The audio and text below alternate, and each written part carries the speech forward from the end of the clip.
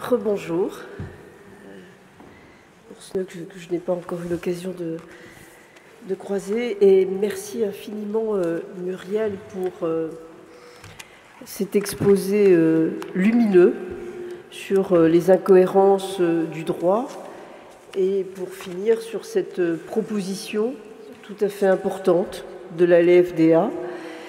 Cette proposition qui est présentée le jour même où l'Assemblée nationale adopte un texte qui constitue un vrai progrès pour la condition animale en France. Et donc je voudrais vraiment tout particulièrement remercier Loïc Dombreval de sa contribution, mais aussi les autres rapporteurs de ce texte, et notamment Dimitri qui est présent également, et puis Laetitia qui a également contribué à ce texte. Merci à vous.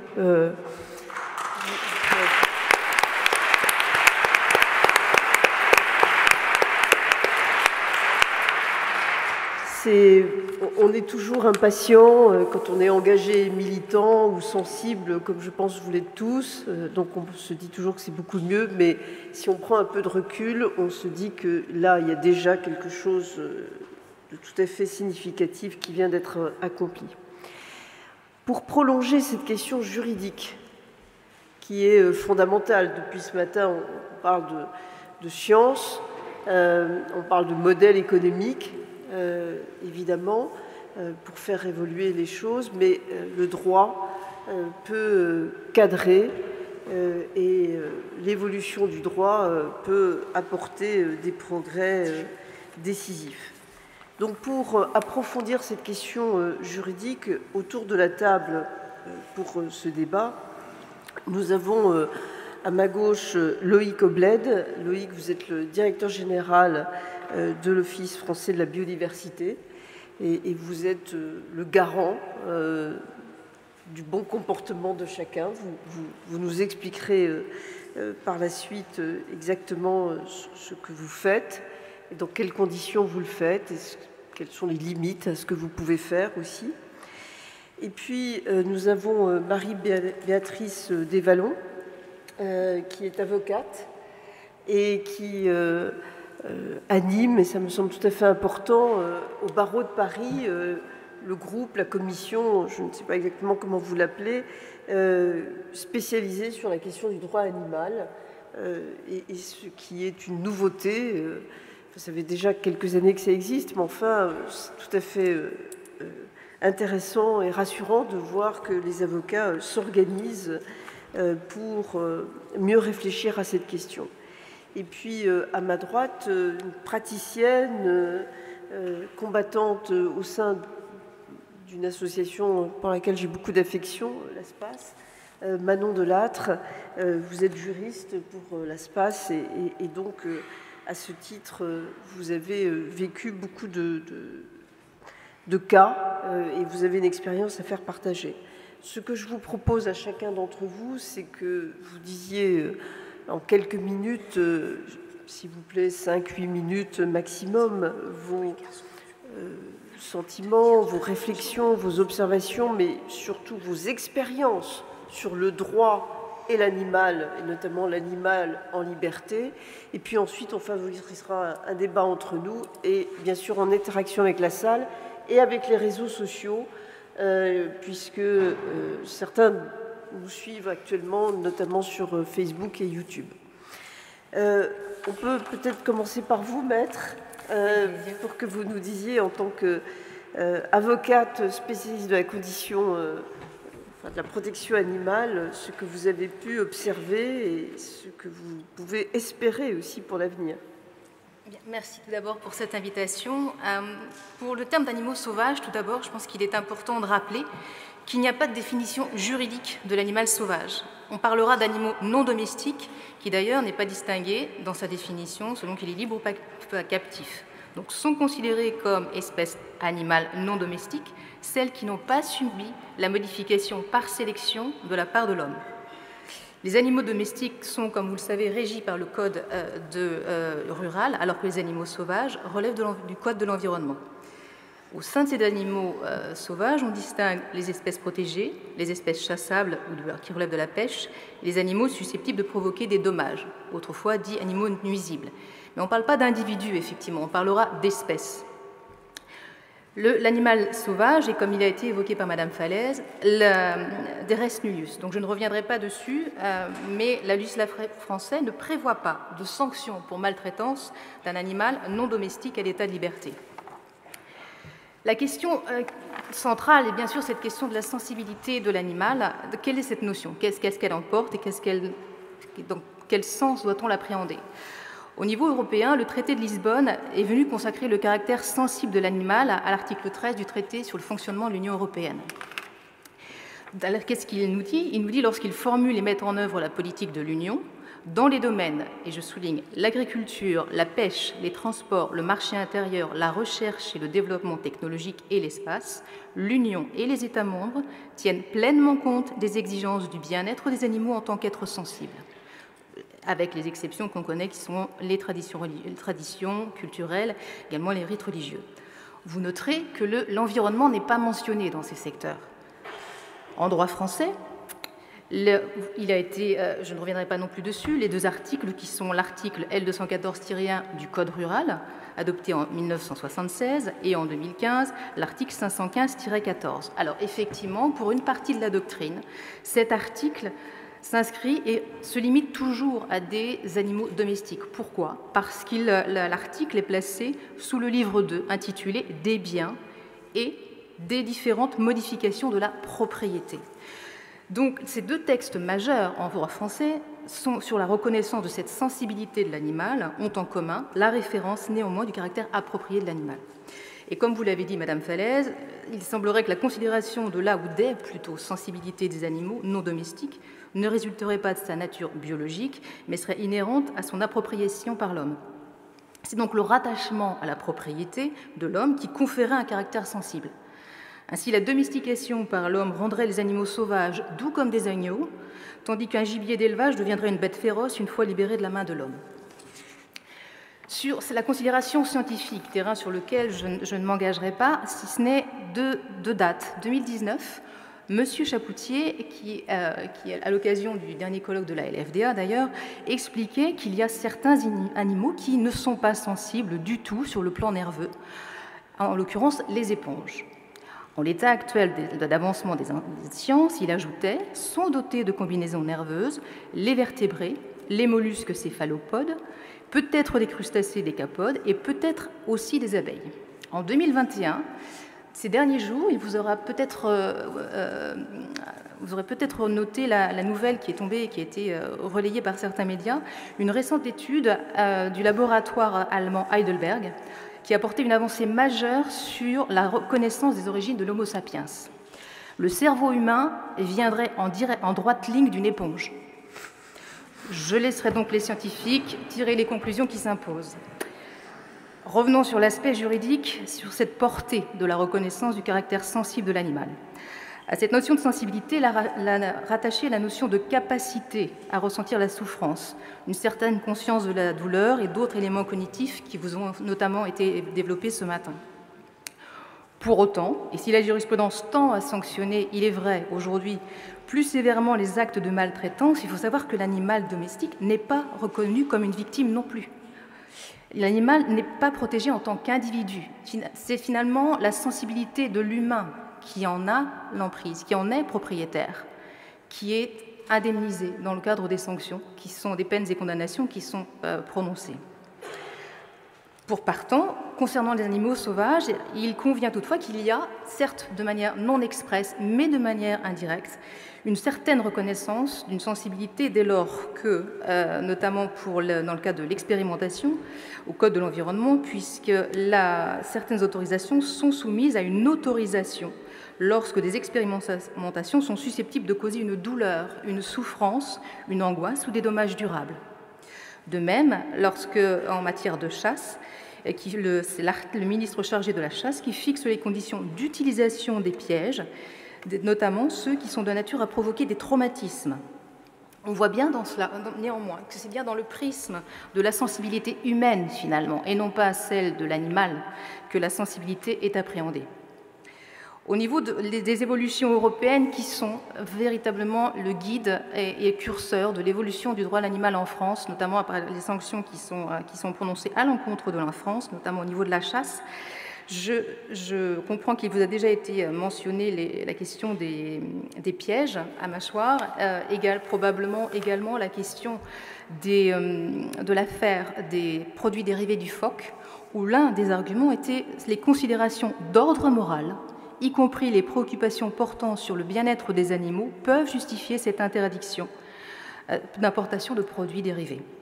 Le GATT lui-même a prévu des exceptions sur la liberté de commerce, sur les restrictions nécessaires à la protection de la moralité publique et distinguer la protection de la santé et de la vie des animaux. En 2009, encore une fois, toujours, les phoques sont des animaux sensibles, phoques, animaux sauvages, sont des animaux sensibles qui peuvent ressentir de la douleur, de la détresse, de la peur et d'autres formes de souffrance. Mais une avancée qui me semble importante de souligner aujourd'hui et qui est récente, c'est celle de l'apport de l'affaire des questions préjudicielles portées par les associations LPO et One Voice sur la question de la chasse à la glu.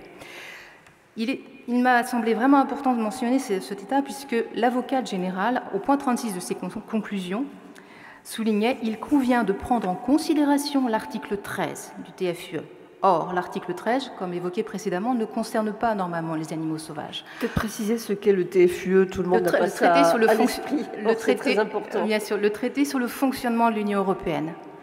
Comme cité précédemment, l'environnement n'est pas cité. En invoquant l'article 13, dans le cas précis de la chasse à la glu, on peut considérer qu'il y a une extension et là une reconnaissance du caractère sensible des animaux sauvages que sont les oiseaux. Donc pour moi, c'est une véritable avancée significative qui, je l'espère, l'essai sera transformé dans d'autres jurisprudences. Au niveau des évolutions jurisprudentielles, donc, il y a eu cette chasse à la glu qui a conduit, à la suite de la motivation apportée par la Cour de justice de l'Union européenne, le Conseil d'État a annulé les arrêtés de chasse à la glu.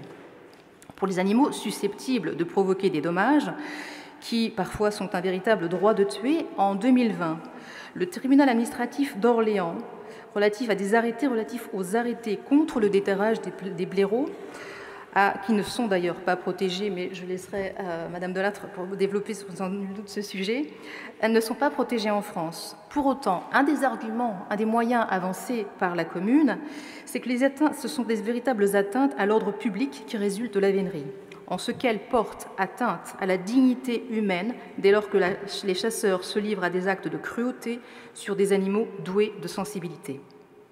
Troisième catégorie d'animaux sauvages, les espèces protégées. Effectivement, il n'y a pas de maltraitance en soi, la question des animaux sauvages. Et c'est dans le prisme du droit de l'environnement que la seule faute d'imprudence suffit à caractériser l'élément moral du délit d'atteinte à la conservation d'espèces animales non domestiques protégées. Il y a eu plusieurs tentatives en France sur cette modification de l'article 521, puisque malheureusement les dernières affaires qui ont notamment probablement attiré votre attention, puisqu'en 2020 vous aviez eu cette affaire de 8 hérissons qui avaient été dépecés, où les auteurs de ces infractions avaient eu simplement un simple rappel à la loi, alors que c'est une menace, c'est une espèce menacée d'extinction. En 2021, ce loup pourchassé en voiture de façon plus que rapprochée a décidé avec volonté de l'écraser, ou ce loup dernièrement pendu devant une mairie, me semble-t-il. Il y a donc eu plusieurs tentatives politiques, historiquement, sur cette reconnaissance du caractère sensible de l'animal et sur des sanctions, sur des actes de cruauté perpétués sur des animaux. En 2014, il y a eu cette proposition de loi accordant un statut juridique particulier à l'animal, portée par Madame Geneviève Gaillard et Laurence Abeille. En 2016 également, projet de loi sur la reconquête de la biodiversité de la nature et des paysages. En 2017, avec une question portée par Madame Casbonne à l'Assemblée nationale, qui voulait toujours reconnaître ce caractère sensible des animaux sauvages, où le ministre d'État avait eu pour réponse, pour ce qui est des animaux sauvages, libres dans leur milieu naturel, leur protection en tant que représentant d'espèces dont la préservation est nécessaire pour la sauvegarde de la biodiversité est assurée sur le fondement de certains articles du Code de l'environnement. En 2021, enfin, l'amendement 113 du député Éric Diard sur l'article 521-1 du Code pénal, qui visait précisément à apporter la modification proposée par la LFDA, a reçu comme, parmi les nombreux arguments, celui du ministère de l'Agriculture, en lequel énonçait « En visant tous les animaux, l'amendement rend passible de 3 ans d'emprisonnement et de 45 000 € d'amende le fait d'écraser une fourmi, d'attaquer une souris ou de tuer un frelon. Je crains, je cite, que même parmi les plus grands défenseurs de la cause animale, certains aient déjà écrasé une fourmi ou tué un frelon. » L'amendement crée, à mon avis, des effets de bord qui iront bien au-delà de l'objectif recherché. Je demande donc le retrait, quitte à le retravailler. Alors je ne retiendrai que cette dernière partie de cette réponse, et oui, retravaillons ce sujet, puisque le ministre de l'Agriculture rappelle régulièrement la distinction qu'il importe de faire sur le bien-être animal et la maltraitance. Le bien-être animal implique des obligations de faire, lutter contre la maltraitance, des obligations de ne pas faire. Le bien-être animal est défini par l'ANSES. Marie-Bénédicte, juste 2 minutes si je termine. Le bien-être animal est défini par l'ANSES. Pour autant, il n'a pas été repris par la loi ou les règlements et n'emporte donc pas de sanctions. La maltraitance est un terme générique qui, d'ailleurs, ne fait pas l'objet de sanctions pénales dédiées. On distingue les contraventions de mauvais traitement des délits d'actes de cruauté ou de sévices graves, de sévices sexuels et d'abandon. Sur le champ d'application, on peut s'appuyer sur les animaux auxquels il est reconnu des combinaisons nerveuses susceptibles de ressentir la souffrance. Pour autant, force est de constater que le véritable débat porte sur l'atteinte de la morale publique, heurter la sensibilité humaine. Alors, j'entends systématiquement, et on peut lire d'ailleurs à travers tous les articles, que le droit n'est que la transcription des évolutions sociales, des avancées scientifiques. Mais c'est oublié, et je crois que le lieu est approprié, la loi est avant tout un instrument de paix sociale. Juges, procureurs, avocats, prenons le pouls, prenons la mesure de notre état de civilisation, qu'on oppose à l'état primitif de l'Homo sapiens. Politiques, législateurs, magistrats, avocats, nul ne saurait laisser exprimer l'horreur de notre nature humaine en toute impunité. Puisque l'homme se veut le maître du monde, alors soyons à la hauteur. Il ne saurait y avoir une zone de non-droit pour les animaux sauvages. Il n'y a pas un mur entre le monde de la société humaine et le monde sauvage. Les animaux sauvages ne sont pas simplement nos voisins, il n'y a pas ce mur infranchissable. Et nous n'avons pas le droit de baisser les yeux. Et nous serions alors indignes d'assumer nos professions respectives.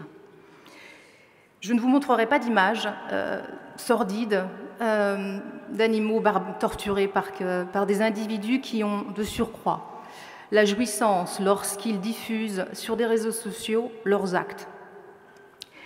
Je laisserai votre sensibilité individuelle visualiser les scènes de ces renardeaux qui ont été extirpés de leur terrier, encernés d'individus qui exprimaient un véritable plaisir à les battre avec des barres en fer. Ces renardeaux qui sont, on pourrait les qualifier d'êtres vulnérables, puisque le droit pénal ne considère pas l'aspect sensible, mais reconnaît par contre l'état d'être vulnérable, comme le sont les enfants. Je vous laisserai donc visualiser ces scènes en fermant les yeux, parce qu'il me semble et qu'il est important pour nos politiques, législateurs, magistrats, de sortir des enceintes feutrées, d'écouter les cris de ces animaux, de ne pas baisser les yeux, mais au contraire de les regarder dans les yeux. Regardez-le dans les yeux, écoutez les cris, et vous verrez la mort. Et maintenant, imaginez que c'est un chien ou votre chat.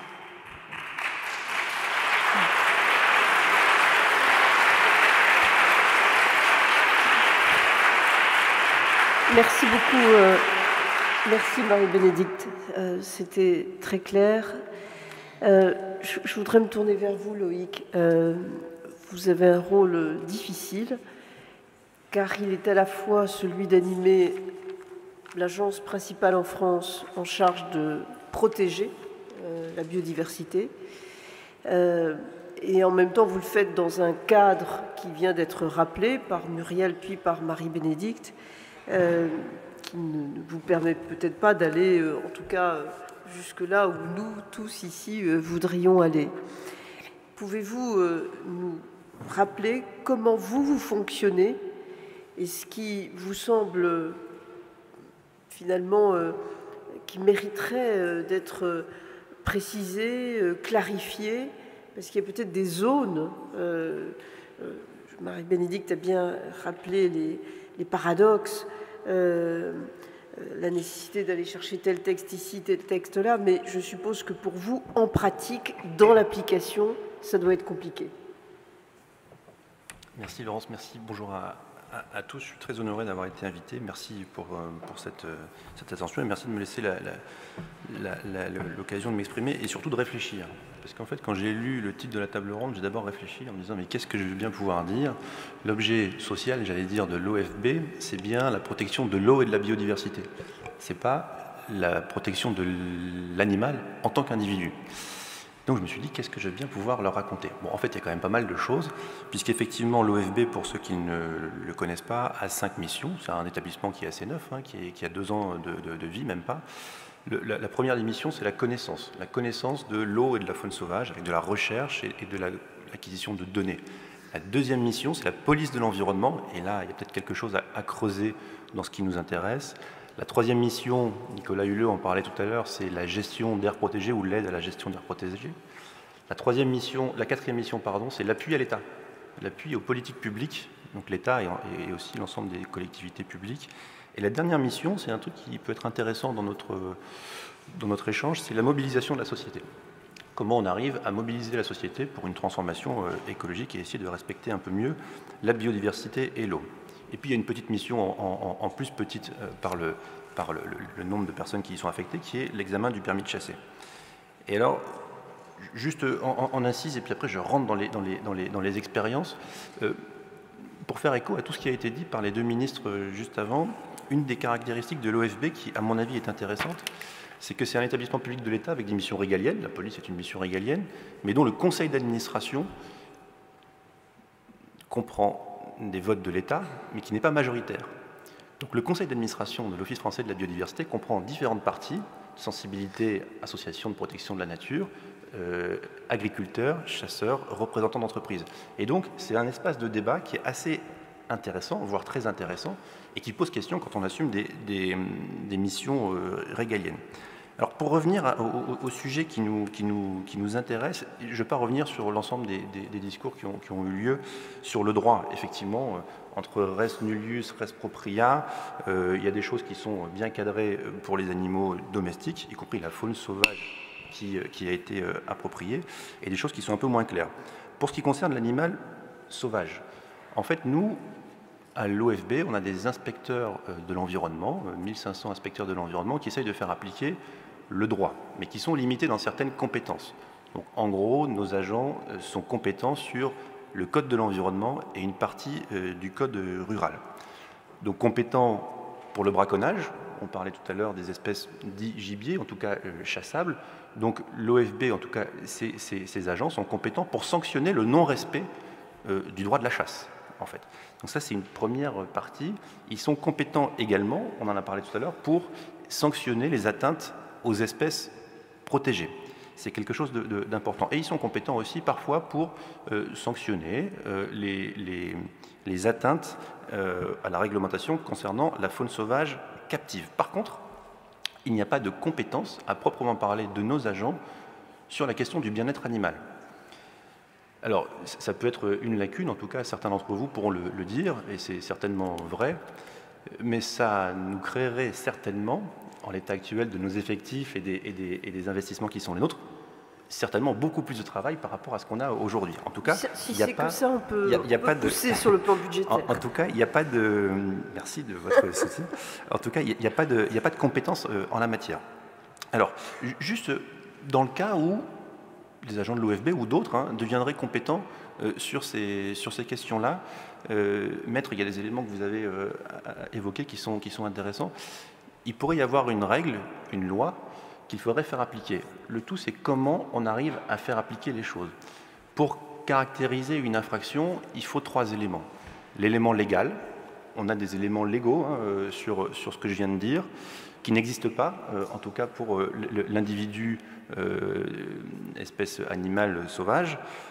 Il faut un élément matériel, et là c'est parfois compliqué. L'élément matériel, c'est regarder que l'infraction a bien eu lieu matériellement. C'est parfois compliqué dans la nature de la constater. En tout cas, c'est plus compliqué que chez quelqu'un qui a maltraité son chien. Et après, il y a l'élément moral.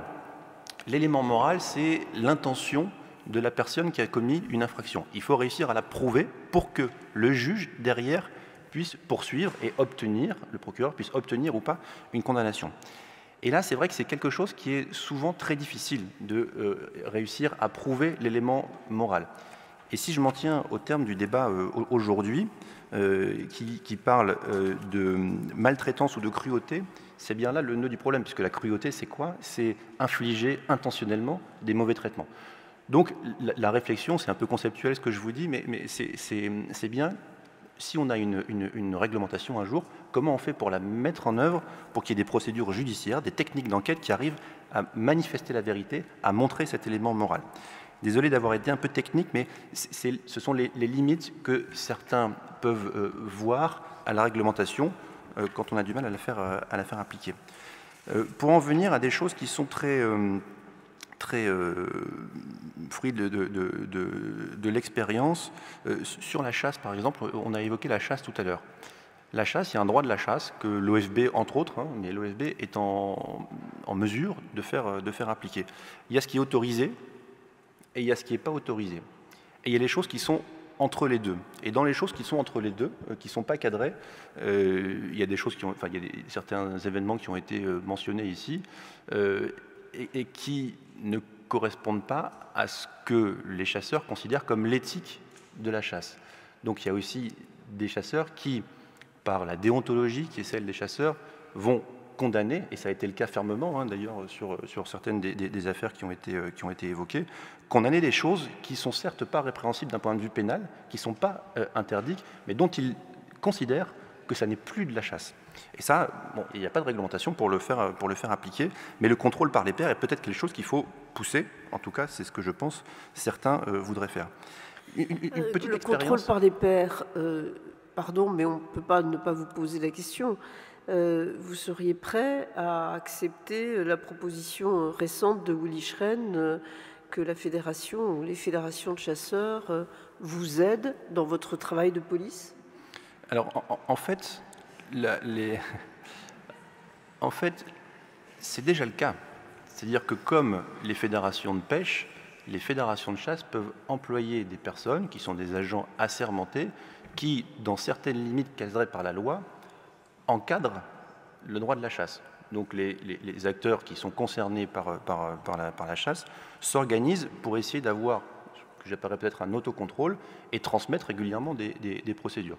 C'est le cas dans certaines fédérations de chasseurs, ce n'est pas le cas dans toutes les fédérations de chasseurs. La proposition, si je ne m'abuse, de Willy Schren était d'aller au-delà de la chasse. Pour m'en tenir juste à la chasse, dans la mesure où nos agents sont une quinzaine par département, si d'autres assurent avec nous la police de la chasse, il n'y a pas que les chasseurs, il y a les agents des réserves naturelles, les agents de l'ONF, d'autres. Enfin, plus il y a de personnes qui contrôlent, au plus on peut espérer que la loi est respectée. Donc juste de ce point de vue de la chasse, le contrôle par les pairs peut être quelque chose d'intéressant. Après, d'autres expériences, celle des saisies. J'étais assez ému de voir que le colloque a pour image un chardonneret, qui est un oiseau magnifique, et qui est un oiseau pour lequel l'OFB s'investit beaucoup pour essayer de démanteler des trafics. Le chardonneret, pour différentes raisons, est capturé par certains dans le milieu sauvage pour être revendu. Alors ça a été des collectionneurs il y a quelques années, et puis au plus les choses vont, au plus le trafic s'organise et au plus on essaye de démanteler ces trafics.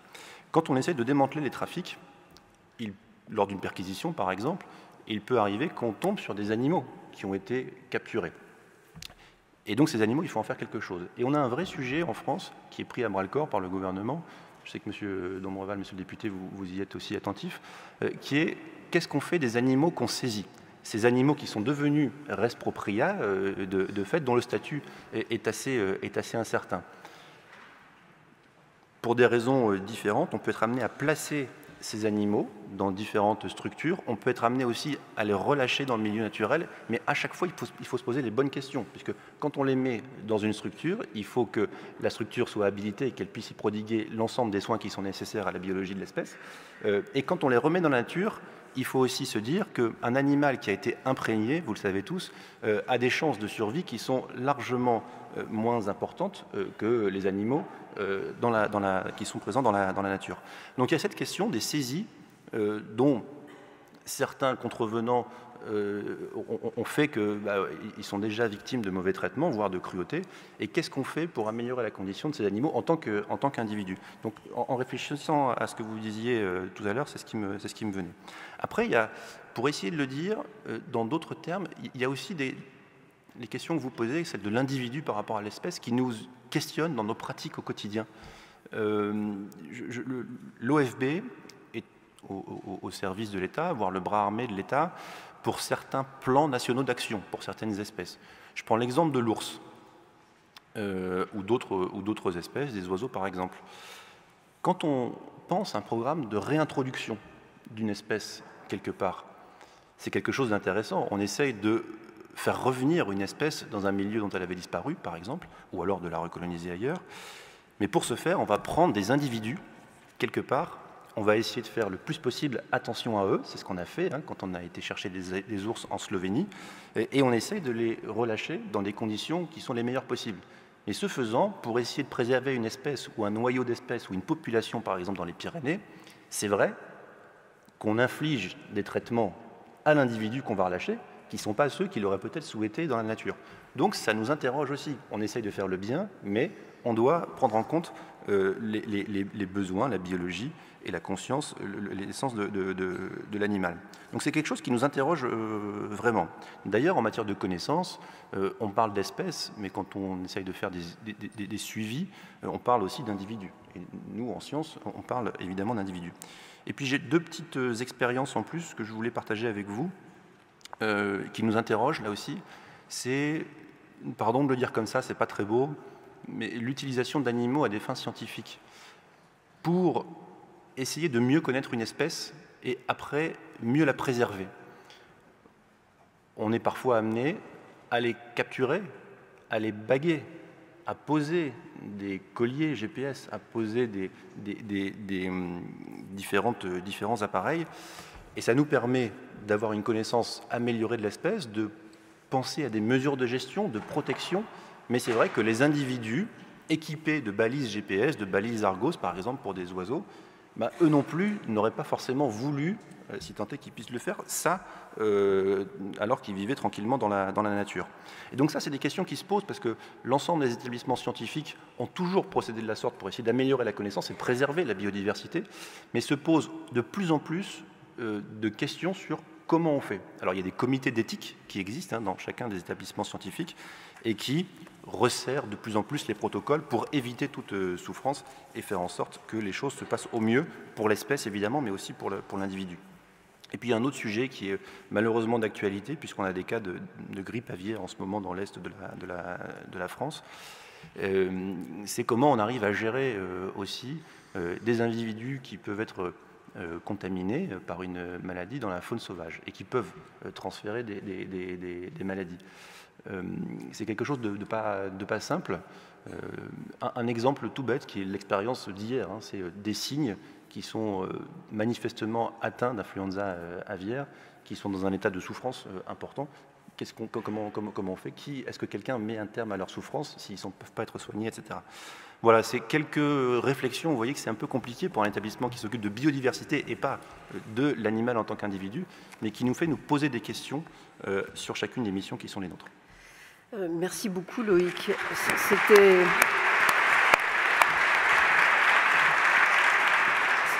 très intéressant et éclairant sur la complexité de votre mission. Je pense qu'on y reviendra. Vous avez parlé de la chasse, alors j'ai envie vraiment qu'on continue, mais sur un aspect moins joli de la chasse. Manon, vous avez été confrontée à la vénerie sous terre. Et je crois que vous avez, au nom de l'ASPAS, tenté par le droit d'arrêter cette pratique. Est-ce que vous pouvez nous parler de cette expérience et peut-être de ce que vous avez fait aussi pour les blaireaux? Oui. Oui, bonjour à tous. En fait, on est parti du même constat qui a été fait donc, par Madame Falaise et puis Madame Desvallons, sur le fait qu'il y a vraiment une différence de conception entre l'animal domestique et l'animal sauvage, enfin domestique, apprivoisé ou en captivité, où là vraiment il y a une conception animaliste, donc on prend vraiment l'intérêt de l'individu, donc il est protégé par le code pénal contre les services graves, la maltraitance, la mise à mort, et l'animal sauvage, au contraire, c'est plus une conception environnementaliste, donc dans le code de l'environnement, où on prend en compte vraiment l'intérêt de l'espèce et de l'être humain. Et donc les espèces, alors sauf les espèces protégées, sont vraiment envisagées non pas sous l'angle de leur protection, mais sous l'angle de leur mise à mort. Et donc, à l'ASPAS, on essaye de limiter la souffrance des animaux sauvages libres par différents moyens, et dont le juridique. Et donc là, il y a vraiment deux choses différentes qu'on a mentionnées tout au long de cette table ronde. Il y a d'abord les pratiques qu'on peut considérer comme cruelles, qui sont autorisées expressément par la loi, donc ça va être certaines pratiques de chasse. Là, après, à voir où est-ce qu'on met aussi le curseur et la définition de l'acte de cruauté. Et ensuite, il y a toutes les pratiques aussi, les actes de cruauté en tant que tels, qui ne sont pas encadrés par la loi, mais comme ils ne sont pas punis, sont de fait autorisés puisque pas punis. Alors du coup, dans le cadre justement des pratiques de chasse autorisées par la loi, on a notamment travaillé donc, sur la vénerie sous terre du blaireau, notamment. Pour ceux qui ne savent pas, même si on en a déjà qu'on l'a un petit peu mentionné, la vénerie sous terre, c'est un mode de chasse qui consiste à déterrer un animal de son terrier et à le tuer. Et en pratique, en fait, ce sont des chasseurs qu'on appelle les veneurs qui envoient des chiens de chasse dans les terriers pour acculer l'animal sauvage. Et ensuite, au son des aboiements, ils vont déterrer l'animal, repérer où est l'animal, le déterrent, ensuite à l'aide de grandes pinces.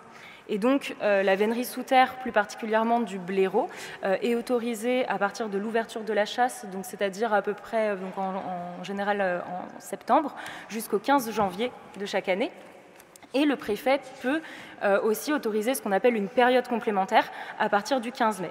Donc, en fait, le blaireau peut être chassé à l'extérieur de son terrier par la chasse classique pendant toute la période de chasse, et en plus de ça, être chassé directement dans son habitat, dans son terrier, 8 mois sur 12.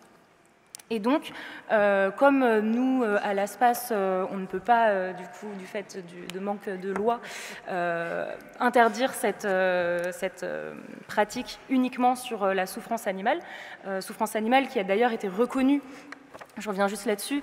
En 2019, donc en fait, il y a un arrêté de 1982 qui encadre cette pratique, qui a été donc modifié en 2019 pour prendre en compte la souffrance des animaux. Donc en fait, c'était une modification qui disait que les chiens n'avaient pas le droit de mordre les blaireaux dans les terriers.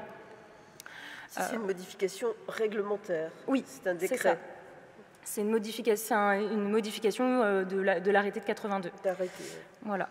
Et donc qui interdit aux chiens de mordre. Bon, on sait très bien que dans les faits, malheureusement, c'est pas envisageable parce que malgré cette modification des textes, les chiens, une fois qu'ils sont lâchés dans les terriers, les chasseurs n'ont plus vraiment la maîtrise de leurs chiens, donc c'est très difficile d'interdire aux chiens de mordre. Ils ont un peu été dressés pour ça aussi.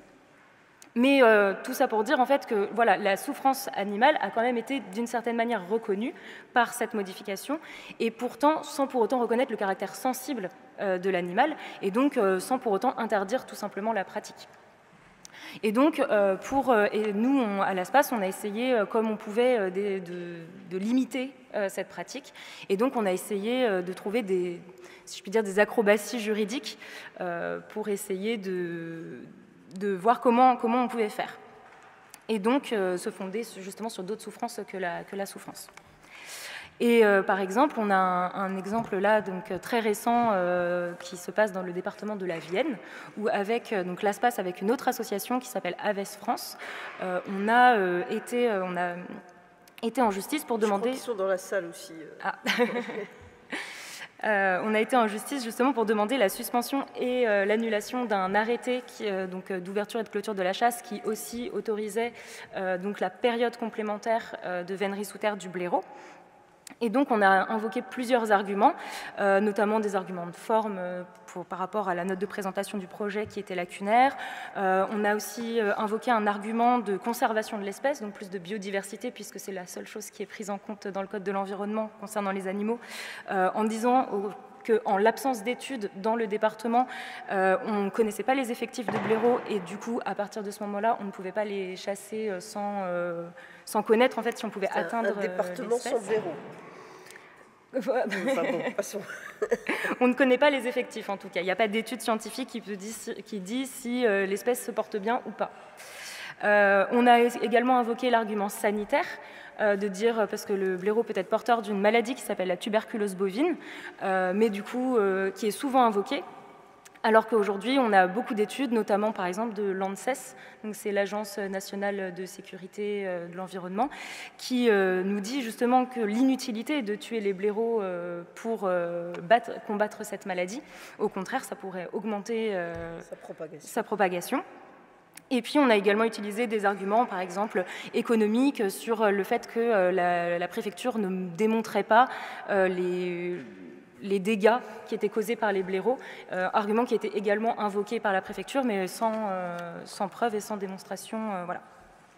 On a également invoqué un dernier argument qui était le fait que les blaireautins étaient encore présents dans les terriers au 15 mai, parce que voilà, les blaireautins sont dépendants de leur mère pendant très longtemps, jusqu'à à peu près l'automne, et alors qu'il y a un article du coup dans le Code de l'environnement qui interdit de tuer les petits de mammifères dont la chasse est autorisée. Donc avec tous ces éléments-là, voilà, on essaye de faire comme on peut, on essaye d'avancer plusieurs arguments. Et donc par tous ces arguments-là, par une ordonnance du 27 juillet 2021, le tribunal administratif nous a donné raison et a suspendu l'arrêté en urgence. Donc les blaireaux n'ont pas été chassés sous terre pour cette année.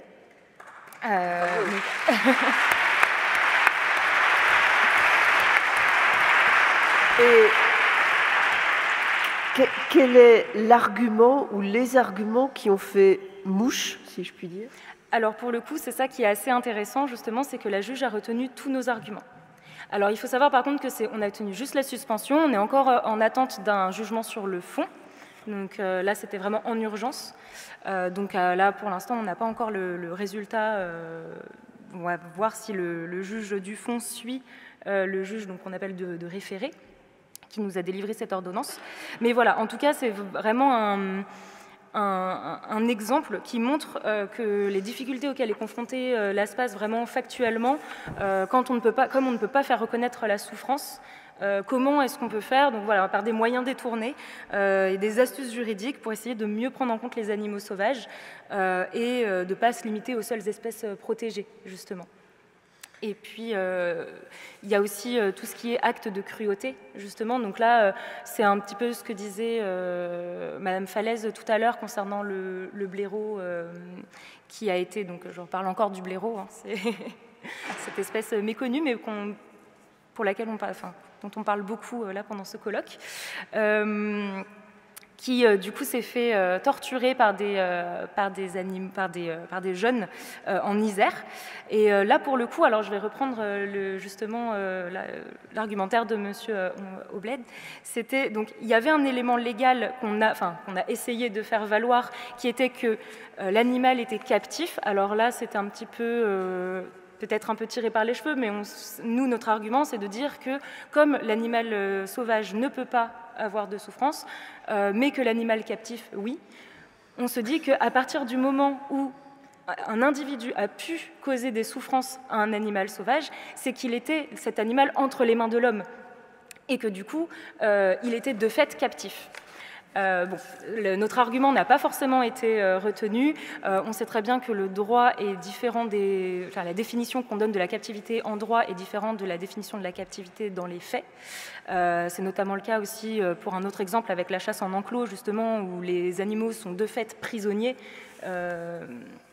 Ils ne peuvent pas s'échapper, mais sont considérés en droit comme des animaux libres.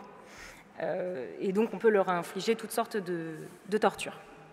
Et donc voilà, pour revenir à ce blaireau, on avait, nous, caractérisé cet élément légal. On avait l'élément matériel puisqu'il y avait des vidéos qui avaient été diffusées par ces jeunes sur les réseaux sociaux qu'on avait identifiés. Donc il y avait bien cet élément matériel. Et puis l'élément moral, oui, évidemment, il y avait l'intention puisque les jeunes ont dit « Ah, allez-y », enfin, il y avait vraiment des... Ils le disaient clairement, ils lui ont sauté dessus, ils s'amusaient avec. Donc vraiment, il y avait cette intention qui était là et qui ne peut pas être remis en question. Et pourtant, voilà, notre argumentation, elle n'a pas été, notre interprétation, pardon, n'a pas été reconnue parce qu'on avait considéré donc que, donc c'est le procureur qui nous a répondu, je cite, que les actes de cruauté ne pouvant être retenus que sur un animal domestique apprivoisé ou tenu en captivité, ce qui n'est pas le cas du blaireau. Donc on a considéré que le blaireau ne pouvait pas être captif en tant qu'animal. Ce n'était pas le cas du blaireau en général ou de ce blaireau en particulier? Du blaireau. Du blaireau en général. Ouais, on nous a pas... voilà. Donc c'était à partir de l'espèce que le procureur a considéré que ça ne pouvait pas s'appliquer. Et du coup, cette affaire a été classée sans suite. Donc on en a parlé tout à l'heure, la LFDA a également porté plainte sur cette affaire. Nous, on est en train là de voir avec notre avocat ce qu'on peut faire pour essayer d'aller un peu plus loin et pour ne pas laisser ça comme ça. Mais en tout cas, voilà, le procureur a classé sans suite notre affaire. Merci beaucoup, Manon. Merci de ces témoignages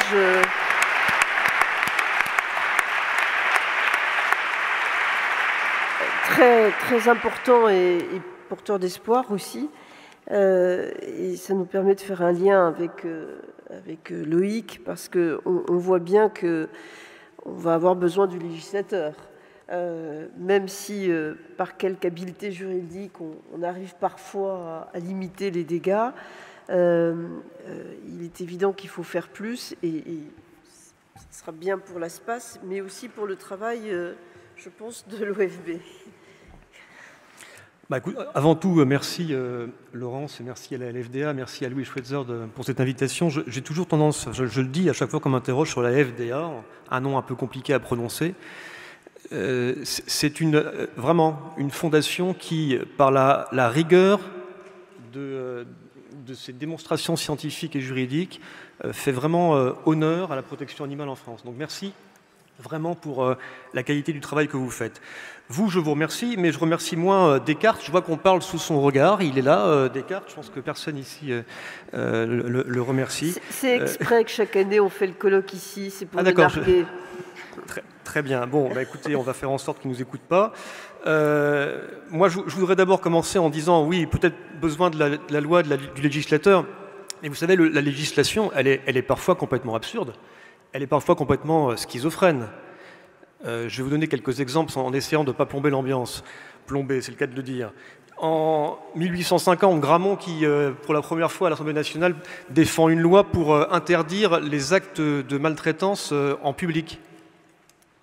Il faut attendre 109 ans, le décret Michelet, en 1959, qui étend la loi Gramont pour dire, bon, pas uniquement en public, on va aussi faire ça en privé.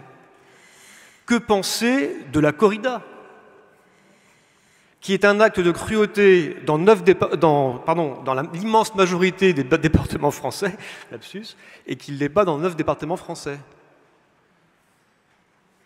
Donc je ne sais pas si vous voulez toujours avoir affaire aux législateurs pour travailler sur les questions qui ont trait aux sanctions des atteintes à la faune sauvage.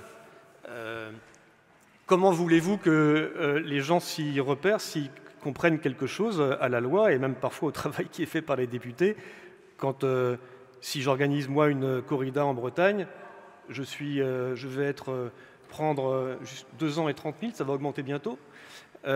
Et alors que je serais félicité et applaudi si je suis 600 km plus bas. C'est quand même compliqué à comprendre. Parenthèse fermée. Alors si on se préoccupe de la question de la faune sauvage en liberté, alors là c'est presque le pompon, enfin en tout cas c'est au moins l'équivalent de ce qui se passe en matière de corrida. La faune sauvage, alors si elle est captive, alors là vous rentrez effectivement dans un cas particulier avec le renforcement, et je parle sous le contrôle de mon confrère, mon collègue Dimitri Houbron, qui a aussi été une pièce absolument maîtresse à l'Assemblée nationale pour faire avancer les questions de conditions animales. Alors là, on va renforcer les sanctions pénales et on va effectivement passer de 2 ans à 30 000 à 3 ans 45, voire 5 ans et 75 000 en fonction des conditions dans lesquelles seront réalisés ces actes de maltraitance ou de cruauté, selon qu'elles auront entraîné la mort ou pas d'animal. Bien. Alors ensuite, on rentre dans la faune sauvage, cette fois-ci libre, mais non protégée. Là, ça a été évoqué, c'est res nullus. Vous pouvez faire ce que vous voulez. Vous pouvez couper un animal en deux, un renard en deux, un blaireau en deux, devant femme et enfant, ou devant mari et enfant. En général, c'est plutôt femme et enfant. C'est plutôt des actes commis par les hommes, même quasiment uniquement. Eh bien, je parle des actes de maltraitance en général et de cruauté sur les animaux. Et ben alors là, il ne se passe rien. Par contre, vous coupez le chien en deux de votre voisin. Là, effectivement, vous êtes soumis à ces sanctions pénales qui, je le répète, vont être renforcées tout à l'heure. Et puis, si c'est la faune sauvage, elle est libre, mais qu'elle est protégée, alors là, vous prenez 3 ans et 150 000 quand même. Il y a une sanction pénale qui existe, elle est extrêmement, elle est très dissuasive. 3 ans et 150 000 € d'amende. Sauf que, je crois que vous avez invité l'excellent Alain Bougrain-Dubourg. Je ne sais pas s'il vous l'a dit, mais enfin, il y a eu récemment un communiqué de presse qui indiquait que la LPO n'arrêtait pas de voir en ce moment, je parle aussi sous le regard de mon ancien professeur à Maison-Alfort, le professeur Jean-François Coureau, bonjour Jean-François, qui a souvent affaire à ces questions, épervier, faucon, aigle royal, plombé, 3 ans et 150 000, ils sont où? Parce que c'est extrêmement compliqué de sanctionner des atteintes à la faune sauvage en liberté. La faune sauvage en liberté à laquelle on a porté atteinte ne va pas aller faire une patte courante dans la gendarmerie du coin. Vous comprenez? Enfin, une main courante, mais voilà. C'était une blague, mais apparemment, ça n'a pas marché. Donc, merci. Donc, on voit bien que les sanctions pénales, même si elles sont extrêmement dissuasives sur les espèces protégées, libres, sauvages, ça ne marche pas. Et on continue à avoir ces actes de maltraitance, et en l'occurrence, ce qui a été évoqué et vu par la LPO, par l'ensemble des soins pour la faune sauvage. Moi, j'ai l'impression que la sanction, bien sûr, on va en parler, et des propositions de loi, bien sûr, on va en parler très rapidement à la fin, je vous en parlerai, parce que c'est l'étape d'après la proposition de loi qui va être votée tout à l'heure. Mais il me semble que la prévention et l'éducation sont des éléments absolument indispensables, essentiels, notamment quand cette prévention et cette éducation s'exercent sur des zones sous tension. Pyrénées, Hugo Clément, qui habite très proche des Pyrénées, le Jura, les Vosges, le Lynx, les Alpes-Maritimes et d'autres départements avec le loup. Vous avez vu également et on ne sait pas ce que ça va donner, qu'une pétition qui a recueilli plus de 100 000 signatures, faite au Sénat, va entraîner une commission d'enquête dans laquelle 17 sénateurs vont être autour de la table pour travailler à ces questions. Bon, il y aura beaucoup de sénateurs, j'imagine, chasseurs, mais il y aura aussi des sénateurs qui, je pense, ne le seront pas. À voir ce que va donner cette commission d'enquête, mais enfin, c'est quelque chose d'assez nouveau. Et moi, j'aime bien cette idée de pétition. Alors, au Sénat, c'est bien, il n'en faut que 100 000. À l'Assemblée, il en faut 500 000. Ça fait un peu plus, même 5 fois plus. Mais voilà, en tout cas, cette possibilité est ouverte.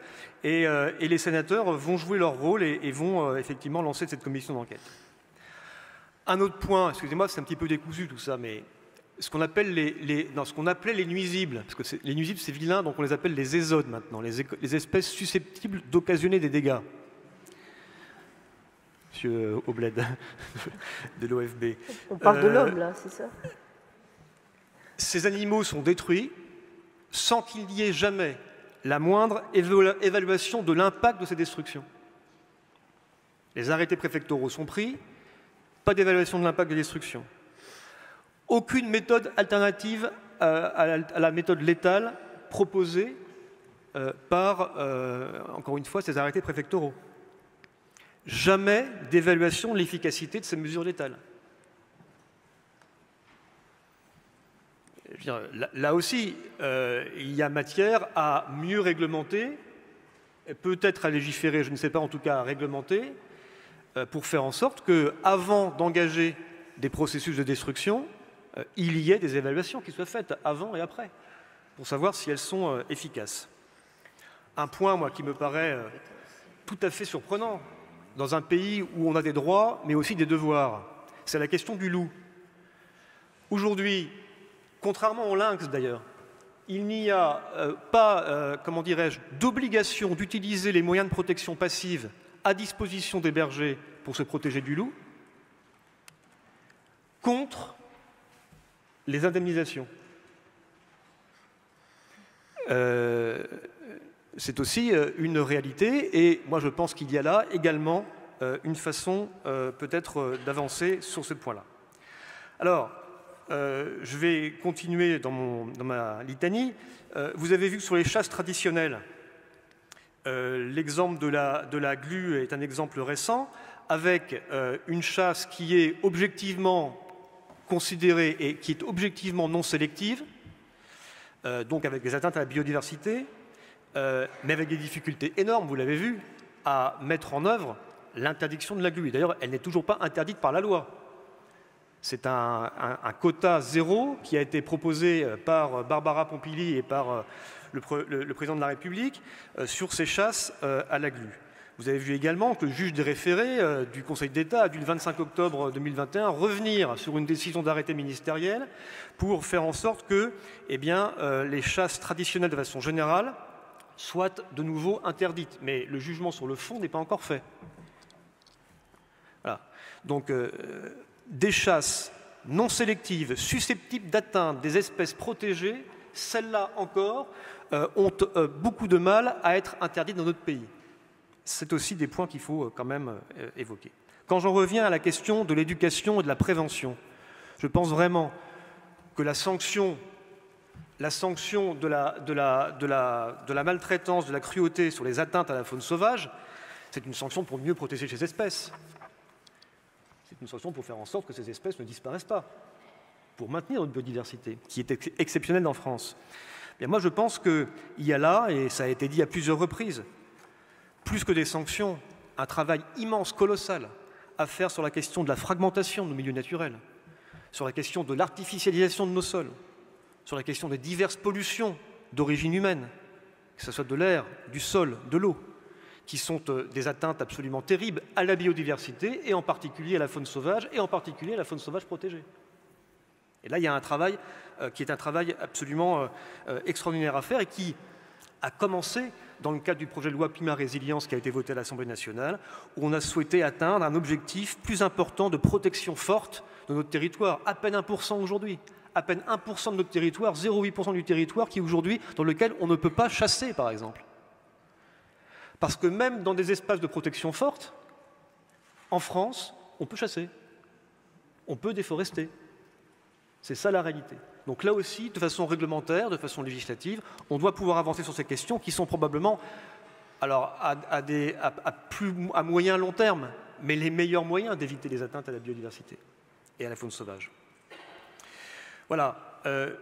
Pour conclure, ce que je voudrais vous dire, c'est que l'amendement Glavany, porté par Jean Glavany en 2015, il a effectivement, comme le dit Jean-Pierre Marguenot, l'excellent juriste, le pape du droit en matière de droit animal en France, il a placé l'animal, ouvrez les guillemets, c'est Jean-Pierre Marguenot qui parle, en lévitation juridique. Sous réserve des lois qui les protègent, l'animal, être vivant de haute sensibilité, est soumis au régime des biens. Alors quoi? C'est un être vivant de haute sensibilité ou c'est un bien? On ne sait pas.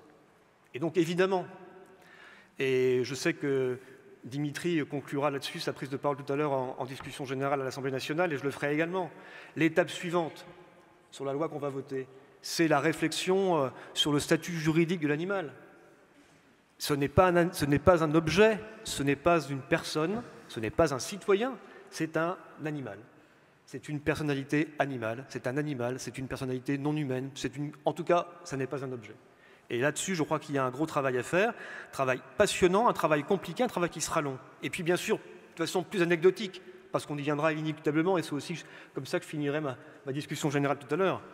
eh bien, on en viendra probablement dans les années qui viennent, dans la prochaine législature, puisqu'elle s'achève bientôt, à parler sereinement dans l'hémicycle, parce que ce n'est pas le cas aujourd'hui, de la question de la chasse en enclos. Très excellent reportage fait par Hugo Clément sur cette question.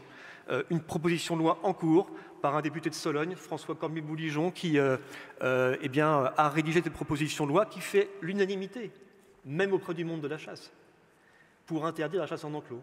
Je l'ai évidemment co-signé, Dimitri l'a co-signé, on est très nombreux à l'avoir co-signé, très nombreux comme en mettant la question de la chasse à courre, évidemment. On en parlait tout à l'heure avec Laurence. Je pense que le sujet est mûr. On va réussir à mettre fin à la chasse à courre, il faudra une proposition de loi pour le faire. Et puis également l'élevage des gibiers de chasse.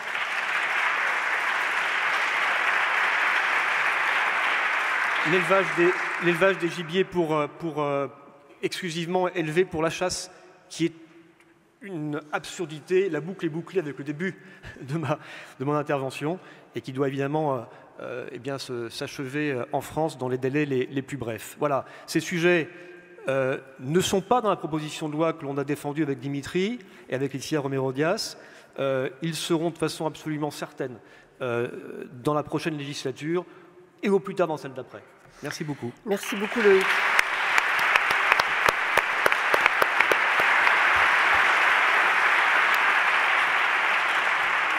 Ce qui est évident, c'est que le sujet est désormais politique. Il sera dans la campagne pour l'élection présidentielle. Et je pense que tous les partis et les candidats vont s'en emparer. Comme on a pris un peu de retard, je propose de lancer tout de suite le débat, peut-être avec ceux qui nous suivent sur les réseaux sociaux. Est-ce qu'il y a un porte-parole ou une porte-parole des questions qui s'adressent à nos panélistes et en provenance des réseaux? Bonjour à tous. Donc j'ai une question qui est adressée à Muriel Falaise. Et donc la personne demande comment la chasse est-elle possible au Luxembourg. Nommer cette personne, non, si elle le... Oui, bien sûr. Donc c'est monsieur ou madame Prietz-Ducasse. J'espère ne pas écorcher son nom. Donc il demande comment la chasse est possible au Luxembourg selon la loi de 2018 que vous avez présentée. Alors, je n'ai pas donné la totalité de l'article. En fait, c'est sous réserve des dispositions applicables en matière cynégétique, également en matière de pêche, etc. C'est-à-dire qu'encadrer et accorder un statut à l'animal sauvage n'interdira pas de fait, effectivement, toutes les formes d'atteinte, notamment n'interdira pas la chasse, mais ça évitera certaines pratiques, celles qu'on vient d'évoquer à l'instant.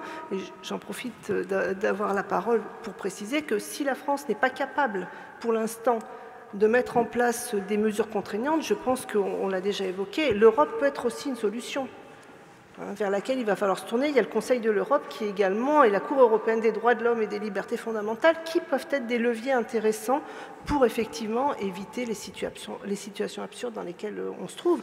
On a parlé du blaireau. Le blaireau, il traverse la frontière entre la France et la Belgique. Il bascule dans la force obscure. Enfin, c'est quand même stupide. Il est protégé d'un côté et il est nuisible ou susceptible d'occasionner des dégâts dans l'autre. Merci Muriel. Est-ce qu'il y a une autre question qui vient des réseaux sociaux? Alors peut-être dans la salle. Il y en a plein. Je vous laisse distribuer les micros. Non, il faut qu'elle me donne la parole. Ici à gauche, monsieur. Bonjour, Christine Choulis. J'ai une question pour Loïc Dombreval. Donc merci encore pour votre présentation de la loi à l'Assemblée nationale aujourd'hui sur la maltraitance. Mais quid des expérimentations animales? Je n'ai absolument a priori pas vu quelque chose sur ce sujet, contrairement à ce qui va se passer dans les cirques ou autres événements de ce genre. Voilà, je voulais savoir s'il y avait quelque chose de prévu pour l'expérimentation animale. Merci. Alors, les espèces concernées par la proposition de loi, ce sont les animaux de compagnie, les nouveaux animaux de compagnie, la faune sauvage en captivité et les animaux élevés pour leur fourrure. Donc les animaux d'expérimentation ne sont pas dans le périmètre de la loi. Par contre, peut-être que vous ne savez pas, mais il a été mis au point par le ministère de l'Enseignement supérieur et de la Recherche un centre de référence sur l'application de la règle des 3 R, réduire, raffiner, remplacer, en matière d'expérimentation animale, qui va être doté d'un budget assez conséquent. Il faudra voir de quelle façon ce centre fonctionne. Mais à l'image un petit peu de ce qui se fait en Angleterre, on a aujourd'hui une grande marge de progression sur la façon avec laquelle on expérimente. Ce centre de référence sera là pour partager les meilleures pratiques jusqu'à la méthode alternative à l'expérimentation animale. Donc il a été créé officiellement et maintenant on va le voir fonctionner. C'est plutôt une bonne nouvelle sur cette question d'expérimentation. Merci. Alors, d'autres questions? Ce n'est pas une question, mais j'ai le micro. Mais je vais commencer par une information, puis je finirai par une proposition. Oui. Donc je suis ici, pas seulement en tant que professeur des écoles vétérinaires, Jean-François Coureau, je préside surtout la fédération Centre de soins faune sauvage. Et je remercie Loïc Dourval d'avoir cité les centres de soins, parce qu'il était le seul à le faire, à croire effectivement que nous sommes peu connus finalement. Et je ne ferai pas un sondage dans la salle, mais je pense que peu connaissent les centres de soins pour la faune sauvage, sauf lorsqu'ils sont confrontés à un animal sauvage en détresse. Dans ce cas-là, effectivement, on est content de trouver ce réseau d'une centaine de centres de soins en France. Réseau où les soignants sont confrontés tous les jours à la souffrance de l'animal sauvage. Et pas qu'à la souffrance, puisque la mort y est quotidienne. En effet, les blessures, les maladies, les situations de détresse sont souvent extrêmement graves. Et le constat que nous faisons, c'est qu'elles touchent, bien entendu, majoritairement les espèces protégées, et que l'humain est à la source de la plupart des causes d'accueil.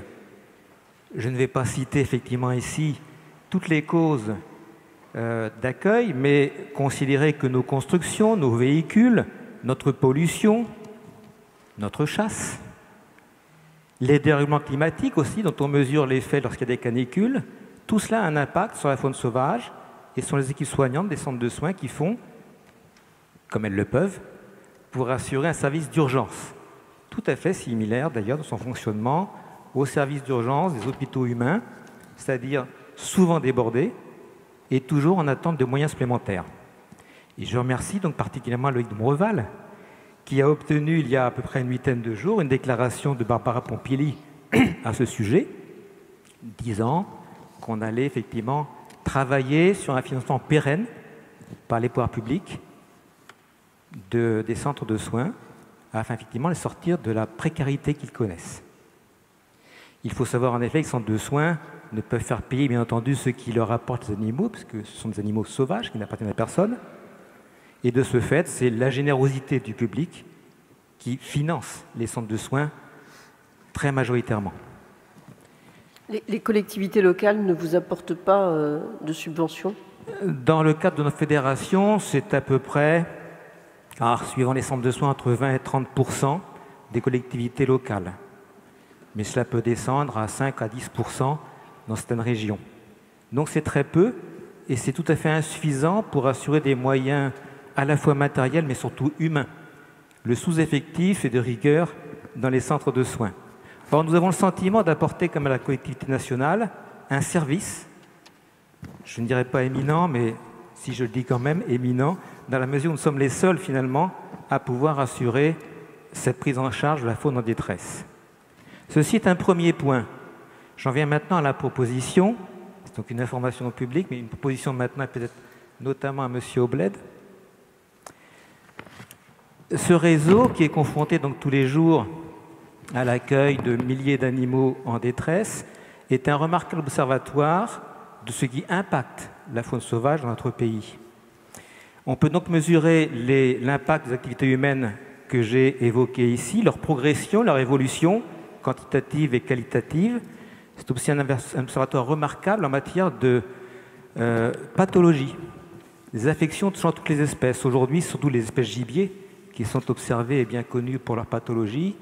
En fait, toutes les espèces sont impactées et n'oublions pas que dans un contexte où le risque zoonotique n'est plus nul, cet observatoire, effectivement, me paraît précieux. Nous avons déjà donc proposé, en une circonstance déjà un peu lointaine, mais la Covid est passée par là, à l'OFB de participer à la réalisation d'une base de données pouvant permettre de mettre en valeur les millions de données que nous collectons chaque année, je dis bien des millions de données que nous collectons chaque année sur la faune sauvage en détresse. Donc cette proposition, je la formule particulièrement à M. Obled, puisque c'est avec l'OFB, effectivement, qu'on pourrait faire ce travail. Merci beaucoup, monsieur. Loïc.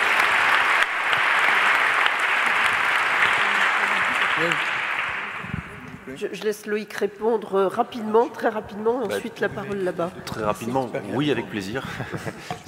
En fait, comme je le disais tout à l'heure, hein, l'OFB a pour mission par la loi de concaténer des données et d'essayer de les mettre à disposition pour que la science puisse en profiter et que chaque acteur puisse capitaliser dessus. Donc oui, avec plaisir pour trouver les moyens d'intégrer, désolé pour le nom, mais dans le système d'information pour la biodiversité, ce qui est un indicateur, un observatoire des pressions qui s'exercent sur la faune sauvage. Avec plaisir. Merci, très bien, on avance. Monsieur, là-bas, madame, allez-y. Merci. Bonjour à tous, merci beaucoup pour vos interventions très enrichissantes. Je m'appelle Andrea Rigalcasta, je suis avocat en droit de l'environnement et mon cabinet qui s'appelle Géo Avocat traite quelques dossiers en matière de contentieux de la chasse, on peut appeler ça comme ça. J'aimerais vous parler de 2 problèmes structurels que l'on rencontre et avoir votre avis à ce niveau-là, parce qu'il faut comprendre que les autorisations de chasse dans les départements sont données de manière assez systématique et notamment pour un problème de biais. Ce problème est que ces autorisations qui concernent les chasseurs sont adoptées en fonction d'informations collectées par les chasseurs. Donc on se rend compte dans les départements dans lesquels on intervient que, en fonction de nos arguments, le décompte des dégâts, par exemple, ou des individus des espèces à chasser ont tendance à gonfler, bizarrement. Ça doit être un effet indirect du militantisme, peut-être, je ne sais pas. Donc déjà, ici, on voit qu'il manque quelque chose. Il manque, alors ça peut être la revue par les pairs, évidemment, mais en tout cas, il manque une tierce personne qui viendrait d'une part vérifier que la méthodologie utilisée par les chasseurs est correcte, parce que croyez-moi, dans les contentieux, on voit des méthodologies qui sont quand même particulièrement acrobatiques, pour reprendre une expression. Par exemple, le fait de décompter une population, d'évaluer une population en fonction de nombre de prises, ce qui n'a absolument aucun sens scientifique. Et la deuxième difficulté structurelle dont j'aimerais vous parler, celle-ci est un peu plus générale. Elle concerne la formation des juges à la donnée scientifique.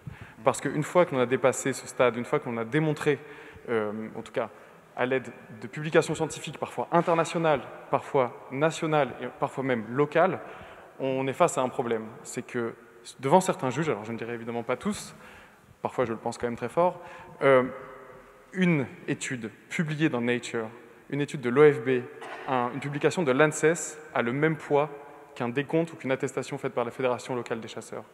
Et donc, je pense que à ce niveau-là, peut-être qu'une formation systématique, ou en tout cas une intégration légale, obligatoire à la formation continue des juges, à la biodiversité ou à la donnée scientifique de manière générale, serait un salut.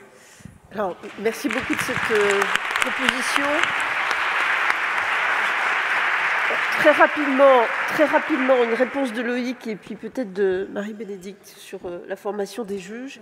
Et il faudrait que le micro passe un peu de ce côté-là aussi de la salle. Alors, à l'OFB, je ne sais pas si vous avez certainement suivi, il y a beaucoup de choses qui se passent en ce moment du point de vue de la justice et de sa relation avec l'environnement. Et l'OFB, avec la chancellerie, a convenu d'intensifier son effort de formation des magistrats au droit de l'environnement, mais pas que, à la biodiversité aussi. Parce que ce qui est important pour caractériser des enjeux, et donc pour caractériser un préjudice, c'est d'essayer de comprendre les tenants et les aboutissants. Et un des gros enjeux qu'on a aujourd'hui, on est en train de travailler dessus avec des élèves d'une grande école, avec notre conseil scientifique, c'est comment on arrive à passer de la science au droit, et notamment au jugement, et à qualifier les choses. C'est pas tout de... Pardon Loïc, mais je vois que nos 2 députés préférés, Dimitri Bron et Loïc Dombreval, s'apprêtent à aller voter. Donc je pense qu'il faut qu'on les salue et qu'on les remercie.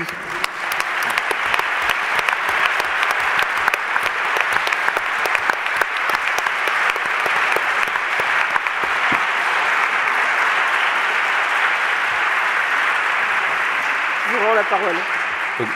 Donc voilà, la formation des magistrats a été quelque chose d'important. J'irai aussi sur la formation de tous les enquêteurs, parce que l'OFB fait du travail de police de l'environnement, mais travaille aussi avec d'autres acteurs. La police nationale, la gendarmerie nationale sont des acteurs qui reçoivent des plaintes et qui les traitent, soit avec nous, soit parfois seuls. Et on a déjà une action de formation de ces acteurs qui sera intensifiée puisque le ministère de l'Intérieur, en tout cas la Direction générale de la Gendarmerie nationale, a décidé de former 700 officiers supplémentaires à l'environnement. Donc ça, c'est une vraie avancée. Et en matière de réponse, d'enquête et ensuite de réponse pénale, c'est quelque chose qu'on peut attendre. Après, il y a quelque chose de très important sur ce que vous avez dit. Votre première intervention, c'est la science. L'OFB a mis en place des protocoles scientifiques pour accompagner l'État et permettre à l'État de prendre en toute connaissance de cause les réglementations qui s'imposent, ou en tout cas celles qu'elle aura décidées. En tout cas, c'est vrai que ça doit être bâti sur des protocoles scientifiques étayés. Et c'est un des combats de l'OFB, d'essayer de jamais être pour, contre, mais d'être toujours adossé à la science, en toute impartialité. Et c'est ce qui permettra, en tout cas, à l'État de prendre, aux politiques en fait, aux législateurs, de prendre les décisions qui s'imposent en connaissance de cause. Un mot peut-être sur la formation des juges. Alors oui, j'entends tout à fait et je le note avec grand intérêt votre proposition, puisque moi j'ai eu l'honneur d'être désignée pour 2022 directrice de session de la formation des magistrats sur la question du droit de l'animal qui se déroule sur 3 jours et qui abordera les animaux de compagnie, les animaux de rente, également les animaux sauvages. Donc j'en prends acte et j'ajouterais que dans le contexte actuel, avec la perspective du parquet européen, je pense que la France doit relever le niveau puisqu'on sait qu'elle est en retard par rapport à ses voisins. Et je pense qu'elle ne peut décemment pas être la vitrine du droit de l'environnement si elle n'est pas à la hauteur. Donc je pense qu'il y a véritablement des attentes. Et notre ministre de la Justice, notre garde des Sceaux, avait d'ailleurs évoqué dans le cas de l'écocide un délit général de pollution où, par rapport à la gradation des peines et condamnations, il avait, à cet égard, évoqué la question d'infraction d'imprudence, qu'on connaît donc justement sur les espèces menacées, la violation manifestement délibérée et l'infraction intentionnelle. Et sur cette question de volonté, d'intention, je ne sais pas si j'ai le temps de revenir sur le sujet, sur cette mésinterprétation du caractère intentionnel et la distinction qui devrait être faite, même si ces qualifications sont dans un seul et même article, entre l'acte de cruauté, l'acte de sévices graves, des sévices sexuels, les sévices graves et l'abandon. Aujourd'hui, l'intention n'est à démontrer que pour l'acte de cruauté. Et il suffirait pour cela de s'appuyer sur les textes du rapporteur de la loi, également la circulaire de 2005, pour regarder à l'esprit que seule l'intention doit être démontrée pour l'acte de cruauté, et non pas pour les sévices graves. C'est la raison pour laquelle il a été créé. On va s'arrêter là, parce qu'on ne va pas ouvrir une séance de formation ce soir, même si on en a envie. Une question encore ici, et ensuite on laisse la parole à la star de la journée. Oui. Mon nom est Michel Klimp, je ne suis pas dans cette spécialité, mais j'ai beaucoup apprécié l'intervention précédente, parce que, bon, nous sommes tous d'accord sur l'objectif à atteindre. Je pense que... Oui. On est tous d'accord sur l'objectif à atteindre. Personne ne doute une seconde qu'il faut faire évoluer le droit, ça va de soi. Bon, le problème, c'est qu'on a quand même un certain nombre d'opposants déclarés qui ont été évoqués précédemment. Il faut quand même rappeler le lobbying extraordinaire d'efficacité fait par les fédérations de chasseurs, qui ont même, dans certains cas, des délégations de services publics, y compris pour guider des gens dans des zones théoriquement protégées, telles que les parcs. Bon. Donc j'ai l'impression que ce qui nous manque beaucoup, si vous voulez, c'est une stratégie pour lutter contre ce lobbying. Il faut être, à mon avis, extrêmement innocent pour penser que des gens dont le plaisir, le loisir est de tuer, vont réellement contribuer facilement aux objectifs que nous avons. Bon. Donc je pense, si vous voulez, qu'il faut aussi avoir une stratégie pour que petit à petit l'argent public qui va vers les fédérations de chasseurs, départementales, nationales et autres, monsieur a rappelé tout à l'heure que l'OFB a des chasseurs qui sont représentés. Bon, le problème, c'est que je suis persuadé que c'est plutôt des associations qui s'occupent de la défense de la cause animale qui pourraient nous aider à atteindre ces objectifs que des fédérations de chasseurs.